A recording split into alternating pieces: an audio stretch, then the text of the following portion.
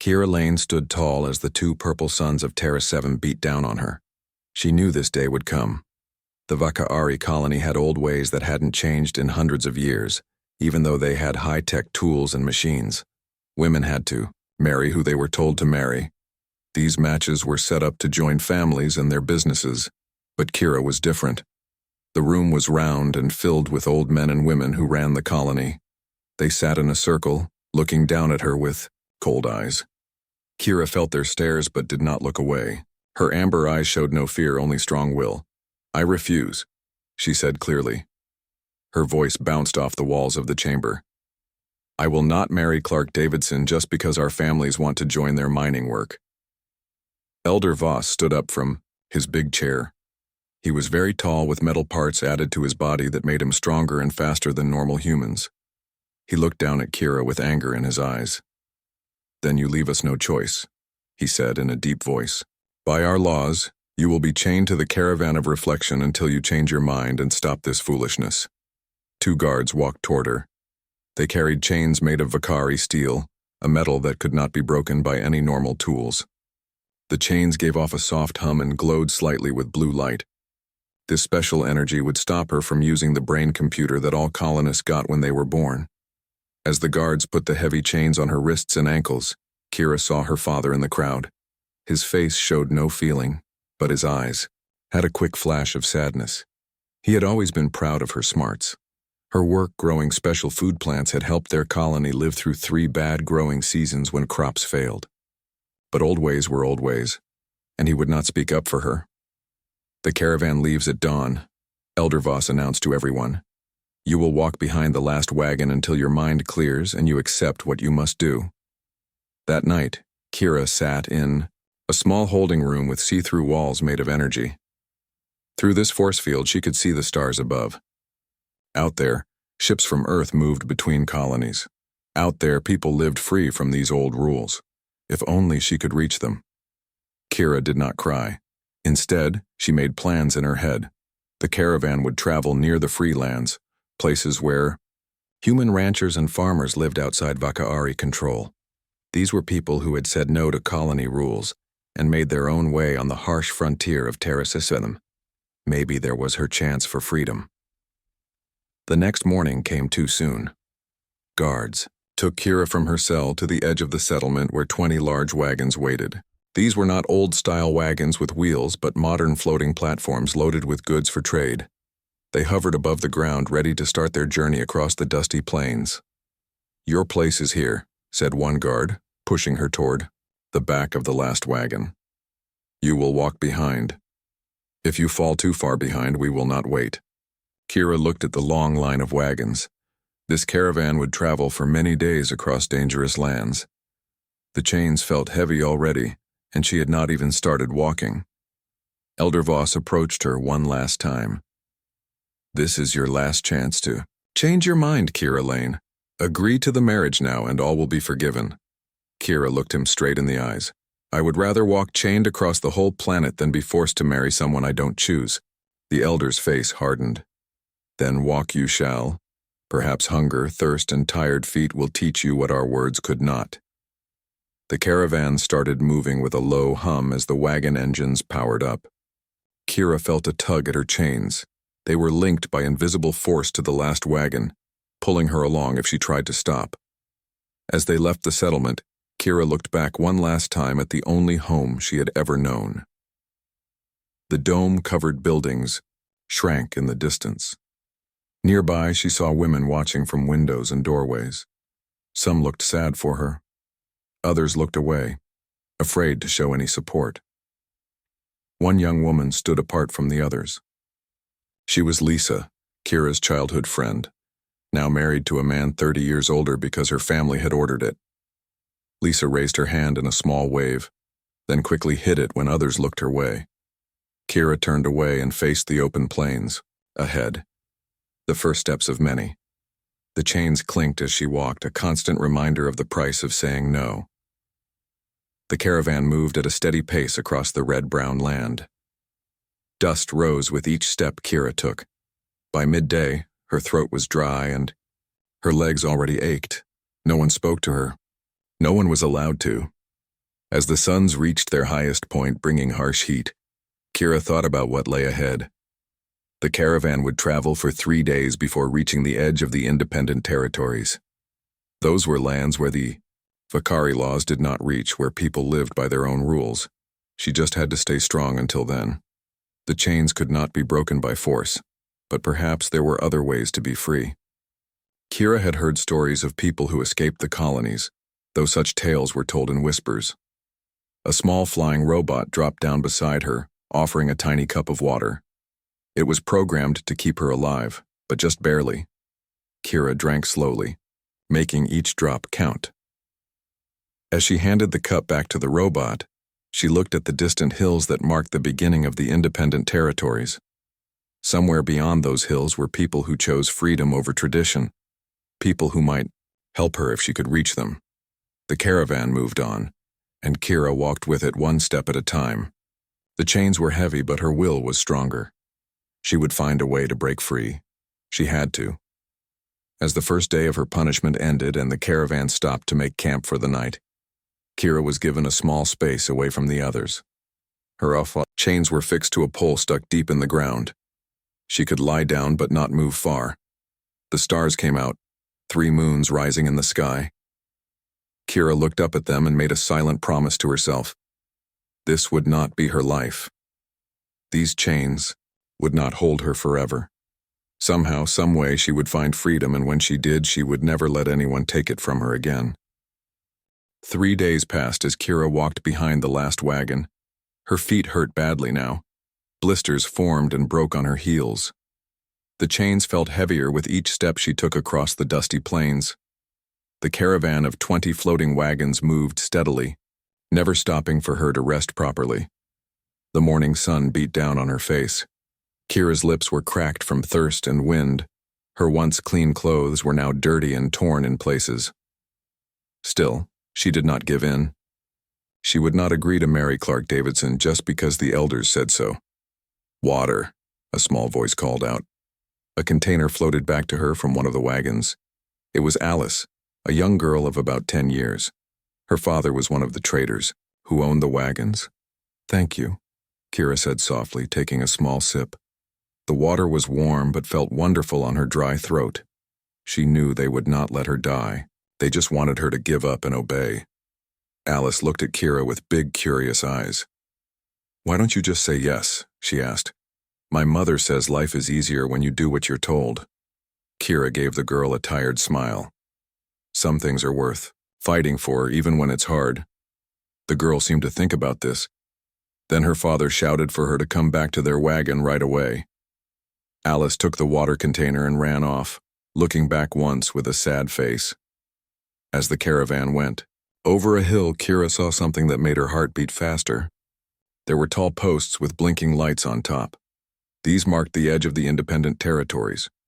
Beyond these markers were green and red fields where earth plants grew together with the red grass that was natural to this planet.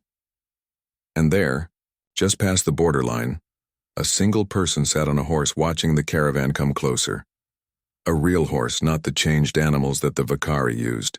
Kira could not see the rider clearly from so far away, but she felt a small hope grow inside her.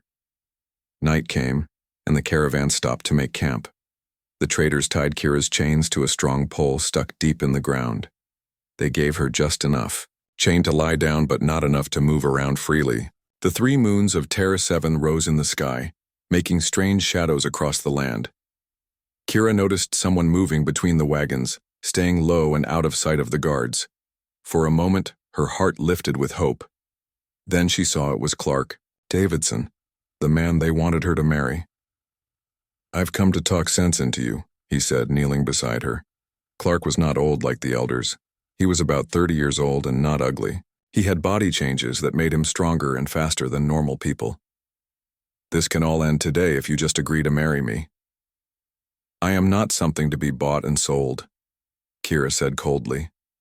"Our marriage would give your family control of my father's food-growing methods. That's the only reason you want to marry me." Clark sighed loudly. "Is being free worth all this pain? Worth maybe dying out here on the trail?" "Yes," she said simply. "It is." His face got hard and angry. Then you're a fool. He stood up quickly. The desert will kill fools, Kira.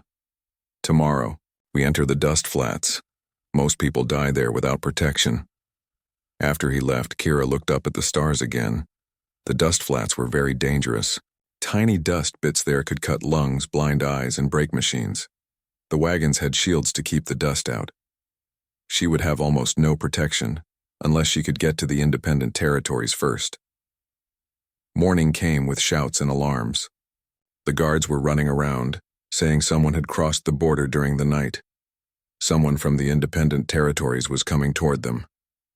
The caravan leaders got their weapons ready. Kira watched from where she was tied as a single rider came toward them on horseback. The horse kicked up dust that shined in the morning light. The rider stopped about 20 steps from the first wagon. He wore simple clothes that could stand up to the harsh weather, a wide hat that kept the sun off his face, and a breathing mask hanging around his neck for when they would enter the dust flats. "State your business, outsider," said the caravan leader, his hand on his gun. The rider pushed his hat back a bit, showing a face with kind eyes and weather-worn skin. "Name's Daniel Wright," he called out in a calm voice. "I run the Double Horizon, ranch just over that north hill. Saw your caravan and thought we might trade. We've got fresh food and real meat, not that fake stuff you eat." The caravan leader relaxed a little. Trading with independents was allowed, just not common. "What do you want in trade?" "Medicine," Daniel replied. "Got some workers sick with terrace fever. Our medicine is running low." As they talked about trading, Daniel's eyes moved past the wagons and found Kira. She saw his eyes narrow when he noticed her chains, her dirty clothes, how tired she looked. Something changed in his face then, very small but clear to see. The trading began, and Daniel moved his horse through the camp. He traded goods and talked with people. He learned names, asked about the trail ahead, told news about recent dust, storms. All the time he kept looking over at Kira. When the trading was done, Daniel packed up the medicine he got and acted like he was going to leave. Then, as if he just thought of it, he turned back. "Mind if I ask what she did?" He nodded toward Kira. Elder Voss, who had come to watch the trading, stood up straight. "She refused to marry as she was told. She walks with us until she agrees to do her duty." Daniel nodded slowly. "Seems rough in this land." "Our ways are not for you to question, outsider," Voss said sharply. "Of course not," Daniel agreed with a friendly tone. "Just making talk." He tipped his hat and rode away, going back over the hill. That night, as the camp got quiet and the guards changed places, Kira heard a soft whistle. She turned her head and saw a tiny flying robot hovering just where she could see it. Its lights turned down very low. It dropped something in the dust near her, a very small talking device no bigger than her fingernail. When she was sure no one was watching, she reached for it and put it to her ear. "Be ready," came Daniel's voice, very quiet. "Tomorrow night, when they reach the edge of the dust flats, I'll be waiting." For the first time in days, Kira let herself feel something dangerous. Hope. The next day, the caravan reached the edge of the dust flats. Kira could see it ahead, a vast, empty land where nothing grew. The ground was cracked and lifeless. The air looked strange, like it was moving even when there was no wind. Millions of tiny dust bits floated in the light of the setting suns. The caravan members put on their safety gear, full-body suits, breathing masks, and eye coverings. Kira only got a simple face mask that would not give her much protection. "The shields will turn on once we start moving," Elder Voss told her with a cold face. "Stay close to the back wagon or you'll be outside their protection. Maybe this will help you think about your choice again." Kira said nothing. She had been saving her strength, drinking every drop of water they gave her. She was getting ready. As they moved into the dust flats, the wagon's shields came on with a soft hum. Blue light barriers appeared around each wagon, pushing away the worst of the dust. Kira walked inside this protection, but she could still feel sharp bits of dust hitting any skin that showed. Her lungs hurt even with the mask. Night came quickly in the flats. It got very dark because there were no plants to catch the moonlight. The wagon's lights made strange blue circles in the swirling dust. They kept moving. The dust flats were too dangerous to stop for long. Kira counted her steps and watched the guard at the back of the last wagon. She learned when he would look away. 300 steps, he would look left. 200 more steps, he would check his tools.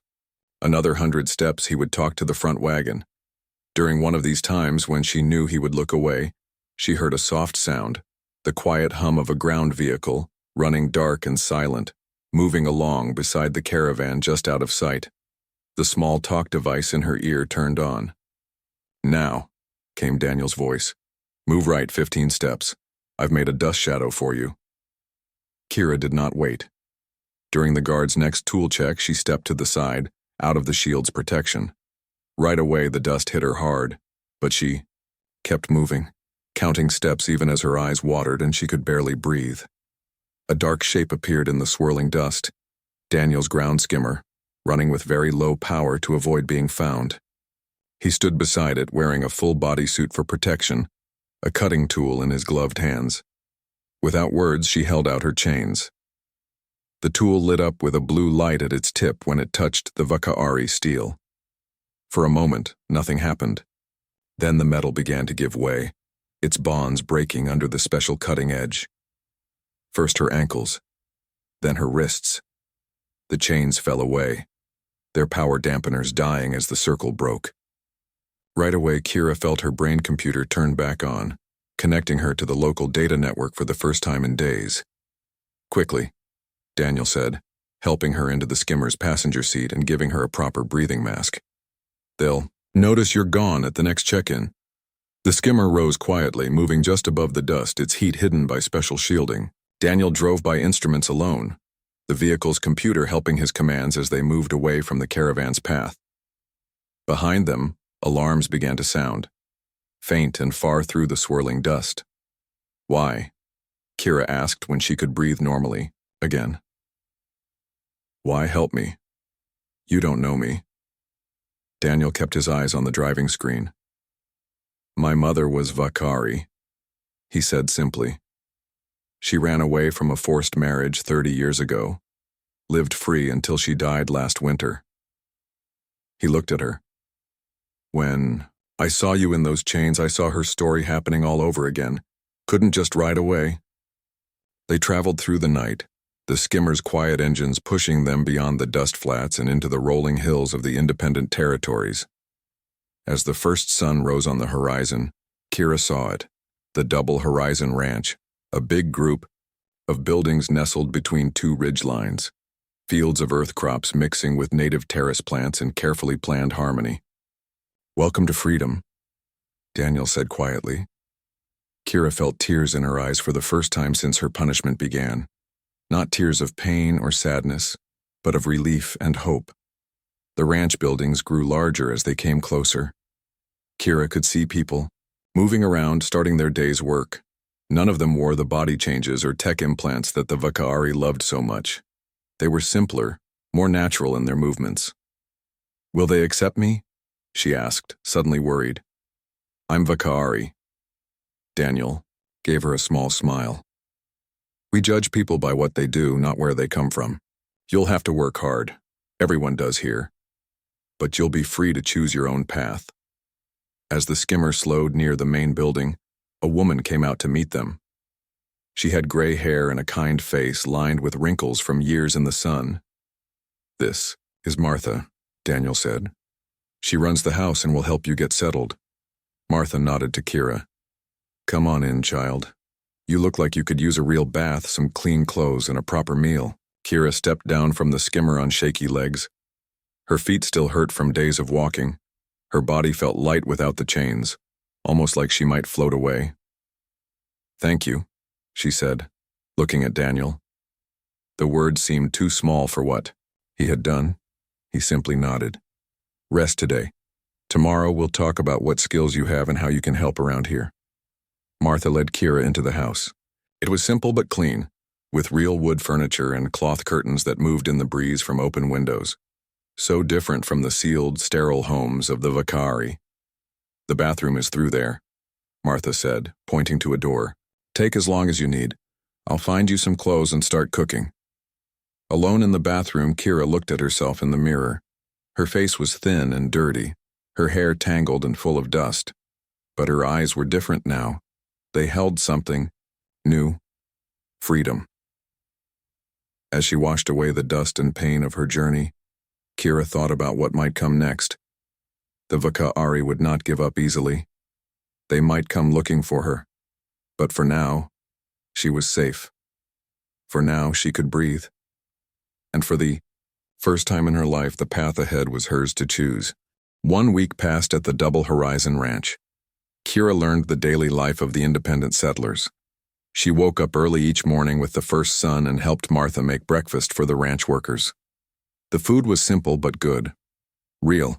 Eggs from real chickens, bread baked fresh each day, and fruits that grew in the fields around the ranch. Daniel showed her around the ranch on her third day. The main house sat on a small hill. Around it were barns for animals, storage buildings, and small houses where the workers lived. Beyond these buildings stretched fields of crops. Some were earth plants brought by the first settlers: corn, wheat, and vegetables. Others were native terrace plants with red and purple leaves that could live in the harsh climate. "How do you make all this grow?" Kira asked as they walked through a field of mixed earth and terrace plants. "The Vaka'ari say nothing can grow well on this planet without our special tech." Daniel smiled. "The Vaka'ari want to change the planet to be like Earth. We learned to work with what's already here." He knelt down and dug his fingers into the soil. "This land doesn't need to be fixed. It just needs to be understood." Kira thought about her work as a plant engineer. She had spent years trying to make earth plants grow in terrace soil. She never thought about changing the plants to match the planet instead of changing the planet to match the plants. "I could help," she said slowly. "My work was making plants grow better. Maybe I could mix earth and terrace plants in new ways." Daniel nodded. "We could use that knowledge. Our crops are good, but they could be better." By the second week, Kira had set up a small lab in one of the storage buildings. It was nothing like her big lab in the Vakari settlement, but it had what she needed. She worked with soil samples and plant seeds, looking for new ways to make them grow together. The ranch workers were friendly, but careful around her at first. They had all heard stories about the Vakari and their strict ways. But as days passed, and they saw how hard Kira worked, they began to accept her. A young man named Ben who took care of the animals showed her how to ride a horse. Kira fell off 3 times before she got the hang of it. Each time, Ben helped her up without laughing at her. By the end of the day, she could ride slowly around the yard without falling. Martha taught her how to cook without the food machines the Vakari used. Kira burned the bread twice, but on the third try, it came out perfect. The simple joy of making something with her own hands was new to her. At night, the ranch people would gather in the main house. Someone would play music on old instruments brought from Earth: guitars, fiddles, and hand drums. They sang songs about Earth places Kira had only read about in history files. Other songs were about Terrace 7, about the hard life on the frontier, and the freedom they had found.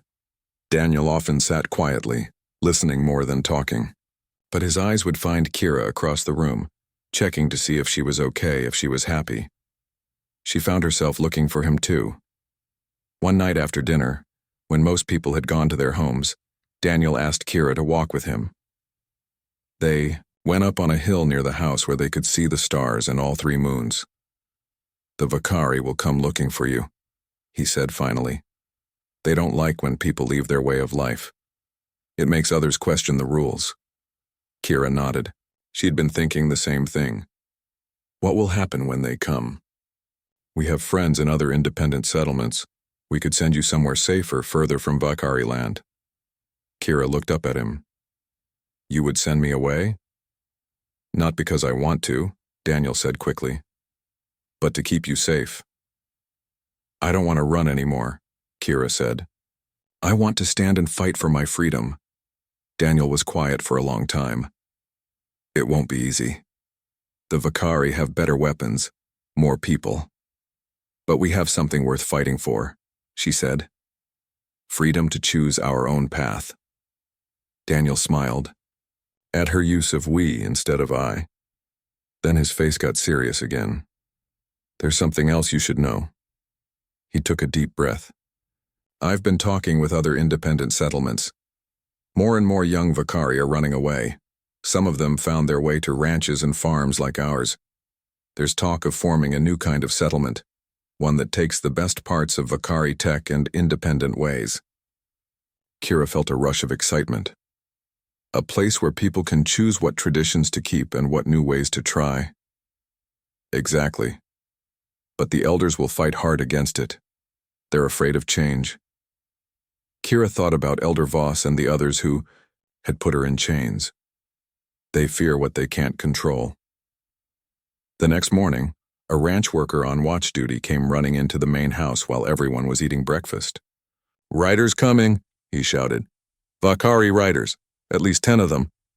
Everyone jumped up. Daniel started giving orders right away. Get the children to the back rooms, move the animals to the far pens.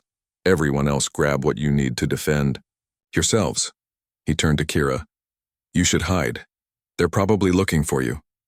Kira shook her head. No, I won't hide. This is my fight too. Daniel looked like he wanted to argue, but there was no time. The riders were getting closer. They went outside. The other ranch people joined them, holding old-style guns, tools, anything that could be used to fight. They weren't soldiers, just farmers and ranchers standing up for their home. The Vakari riders stopped about 50 steps from the main house. They sat on their mounts, not horses, but genetically changed animals bred for speed and strength.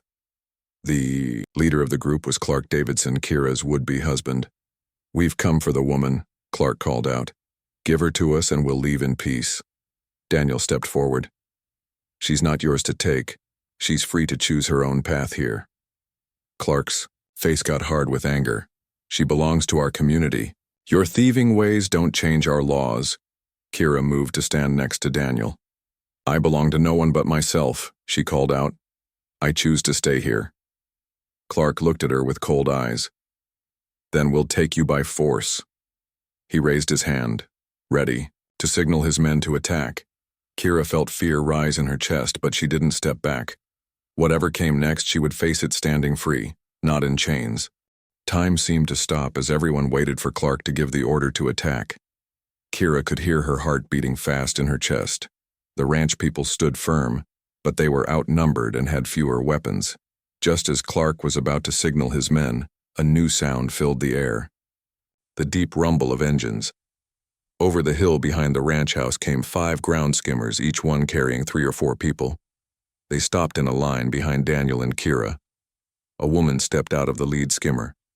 She was tall, with dark skin and gray in her hair. She wore the practical clothes of the independents but stood with the straight back of someone used to giving orders. What's happening here, right? She asked Daniel without taking her eyes off the Vakari riders. Mayor Abbey, Daniel said with relief in his voice. Clark Davidson and his men came to take Kira back to the Vakari settlement. Mayor Abbey nodded. I see.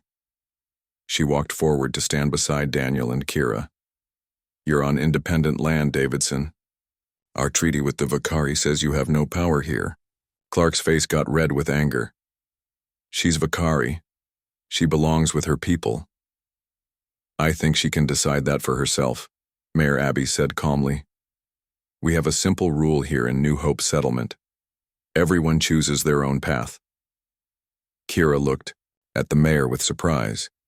She had not known there was a real settlement of independents nearby with a mayor and everything. She thought they were just scattered ranches and farms. Clark looked at the new arrivals and did a quick count. His men were now outnumbered. His face showed he was thinking hard, trying to decide what to do. This isn't over, he said finally. The Council of Elders will hear about this. Tell them whatever you want, Mayor Abbey said. But also tell them, times are changing. More young Vakari are choosing freedom every month. Maybe it's time for the elders to change too. Clark gave Kira one last cold look. Then he turned his mount around. Let's go, he told his men. They all turned and rode away, back toward Vakari land. When they were out of sight, everyone at the ranch let out a big breath of relief.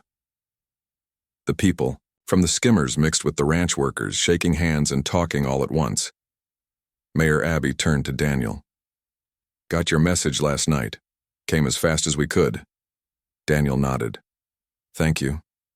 It might have gone badly without you. The mayor looked at Kira. So you're the Vakari who got away. We've been hearing about you. Word travels fast out here. I didn't know there were so many independents, Kira said. Mayor Abby smiled. New Hope has 300 people now, and there are 5 other settlements, like ours in this region. We work together when needed. They all went into the main house. Martha brought out food and drinks for everyone. The mood was happy now that the danger was gone, at least for a while. Mayor Abby sat with Daniel and Kira at the big table. Davidson will be back, maybe with more men next time. The Vakari don't like losing control of their people. What can we do? Kira asked. We need to show them that times are changing, the mayor said. And I think you might be the key to that, Kira. Me? How? Daniel tells me you're a plant engineer, that you know how to make things grow in this hard land. Kira nodded. Yes, I've been working on mixing earth and terrace plants to make better crops. Mayor Abby leaned forward. That's exactly what we need. Our biggest problem is growing enough food. If you could help us with that, we could grow our settlements faster. Show the Vakari that our way works too. Kira thought about it. I would need better tools than what I have here, a real lab. We have a small science building in New Hope, the mayor said. It's not fancy like what you had in the Vakari settlement, but it has the basic tools, and we can get more. Daniel had been quiet during this talk. Now he spoke up. What about the other young Vakari who want to leave? We need a safe way for them to get out. Mayor Abby nodded. We're working on that too. Underground paths, safe houses, people who help them escape. Kira felt a strong feeling grow inside her, a mix of hope and purpose. I want to help with that too. I know the Vakari ways, their guard patterns when the caravans move. I could help others get away. The mayor smiled. That's the spirit. But first, let's get you settled in New Hope. You can set up your lab, start your work. Then we'll see about helping others. 2 days later, Kira packed her few things to move to New Hope settlement. The ranch people came out to say goodbye. Martha gave her a hug.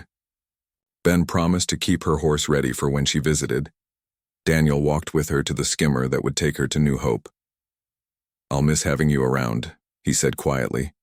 Kira looked up at him. I'll come back to visit, and you could come to New Hope sometimes. He nodded. I'd like that. For a moment they stood there, not sure what to say next. Then Daniel reached out and took her hand. You know, when I cut those chains off you in the dust flats, I never thought about what would happen next. I just knew you deserved to be free. Kira squeezed his hand. And now I am, free to choose my own path. She smiled at him. Free to choose who I want in my life. He smiled back, understanding what she meant. Mayor Abby says this is just the beginning. More Vakari will want to leave. The elders will have to change or lose all their young people. Change is hard, Kira said. But it's coming, whether they like it or not. She got into the skimmer with Mayor Abby and the others from New Hope. As they started to move away from the ranch, Kira looked back at Daniel. He stood watching them go, one hand raised in goodbye. Kira thought about how far she had come. From chains and punishment to freedom and purpose in just a few weeks. The road ahead would not be easy. The Vakari would fight to keep their old ways. But she was not alone anymore. As the skimmer picked up speed, heading toward New Hope and her new life, Kira felt something she had never known before, the deep joy of choosing her own future. No chains, no rules made by others, just the open road and the path she would make for herself. And maybe, just maybe, a rancher who would walk that path with her.